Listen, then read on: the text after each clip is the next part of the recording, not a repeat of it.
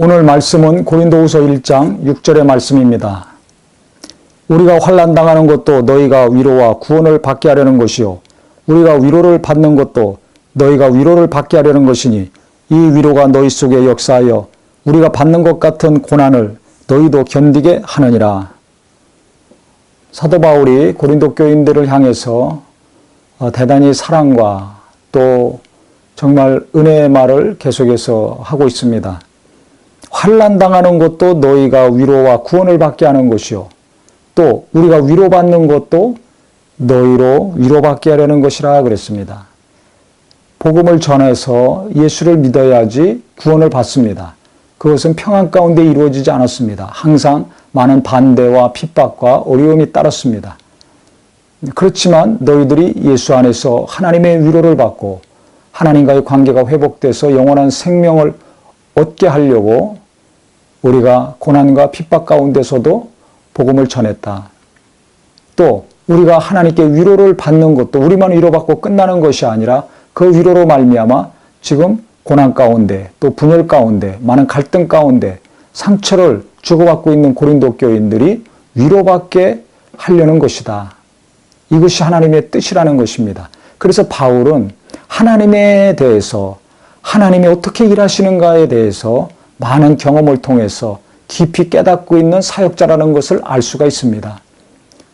복음을 증거하고 하나님의 일을 하면서 많은 어려움이 있지만 그것이 어렵다는 것으로 한숨 짓고 탄식하고 끝난 자가 아니라 그 어려움과 고난을 통해서 많은 성도들이 구원받고 하나님을 만나고 하나님의 위로받는 것을 생각하고 믿음으로 일했던 사람이었습니다. 또 하나님이 자기 자신을 그 어려움 가운데 많은 위로해 주셨고 은혜를 베푸셨는데 그래서 자기가 은혜 받고 위로받은 것만 간증하고 끝나는 것이 아니라 그것도 바로 너희들을 위로하게 하려는 하나님의 계획이고 뜻이라는 것을 말하고 있습니다.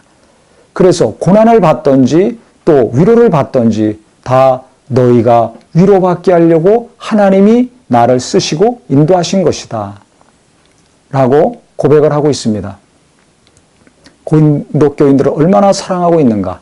그 많은 갈등과 문제와 대적하는 자들 때문에 논란도 있고 상처도 있고 혼란도 있지만 그들을 향한 바울의 마음은 정말 이 시대 목회자들과 또 영적인 리더들이 본받아야 될 마음이라고 생각을 합니다. 바로 예수님의 마음이죠.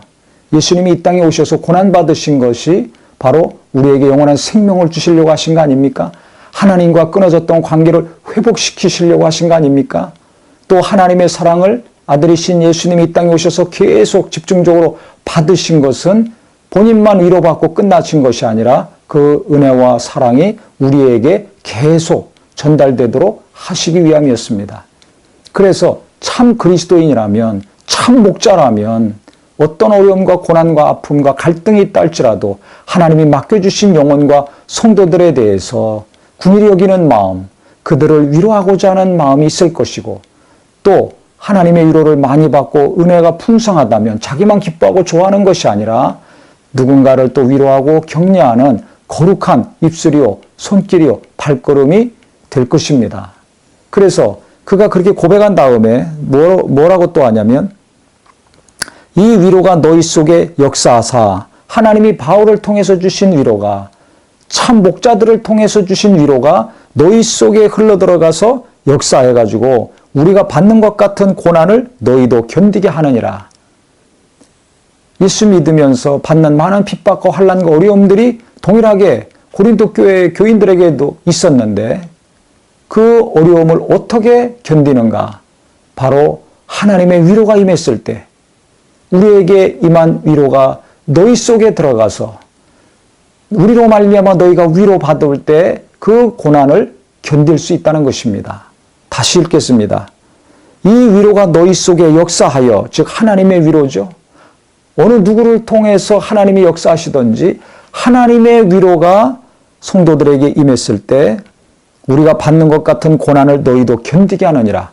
그 어려움을 견딜 수 있다는 것입니다. 그래서 현재 내가 가정에서 겪는 어려움이 있습니다. 부부 간에, 부모 자식 간에, 형제 간에 성격 차이로 아니면 경제적인 문제로 아니면 또 다른 문제로 말미암아 아픔과 고통을 주고받는 분들이 있습니다. 어떻게 그런 부부간의 관계를 수십 년의 삶을 지속하며 살 수 있을까? 형제들과의 관계, 자식들과의 관계를 어떻게 위기를 극복해 가면서 지속할 수 있는가? 그것은 돈이 아니라, 집이 아니라, 좋은 학교와 그 다음에 좋은 직장에 들어가는 것이 아니라 바로 하나님의 위로가 되기를 예수 이름으로 축원합니다. 깨어있는 성도들은, 하나님을 의지하는 분들은 하나님의 위로를 그래서 가장 먼저 받으려고 하고 그 위로가 내게 임하고 우리 가족들에게 임해야 된다는 사모함이 있습니다. 그런데 깨어있지 못하면 어떻게 됩니까? 돈이, 명예가, 권력이, 학교 졸업장이 이 위기를 극복하고 내 가정의 어려움을 해결해 준다는 착각을 가지고 삽니다. 그렇기 때문에 돈을 쫓고 사람을 쫓고 일을 쫓게 되니까 하나님의 위로를 받지 못하게 되죠. 이것이 중요합니다. 나는 하나님의 위로를 받으려고 하고 있는가? 내 남편, 내 아내, 내 자녀들은 하나님의 위로를 사모하고 있습니까? 아니면 그것 말고 물질과 명예와 권력을 사모하고 있습니까? 교회에서도 똑같습니다. 목사님이 하나님의 위로를 받을 때 상한 심령들을, 많은 성도들을 위로할 수 있는 목회와 설교를 할 수 있습니다. 근데 목사님이 무엇을 사모하고 있습니까? 하나님의 위로받기를 사모하고 하나님의 어루만지심을 갈급해하는 우리 모든 목회자가 되기를 예수 이름으로 축원합니다.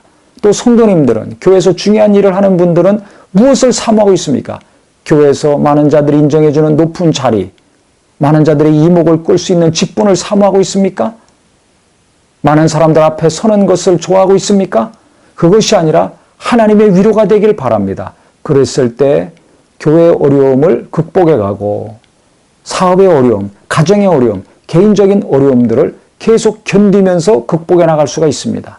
고난 가운데 포기하지 않는 삶, 누가 삽니까?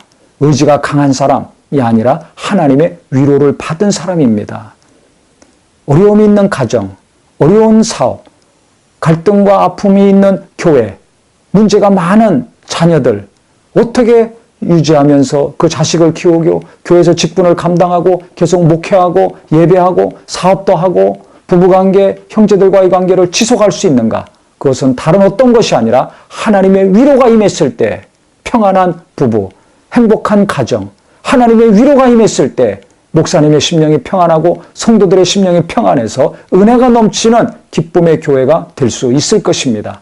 그래서 내 마음이 어렵고 삶이 힘들고 사람들과의 관계가 어려울 때마다 내게 필요한 것은 돈이 아니라 하나님의 위로구나. 내게 필요한 것은 능력이 아니라 그 이전에 하나님의 위로구나.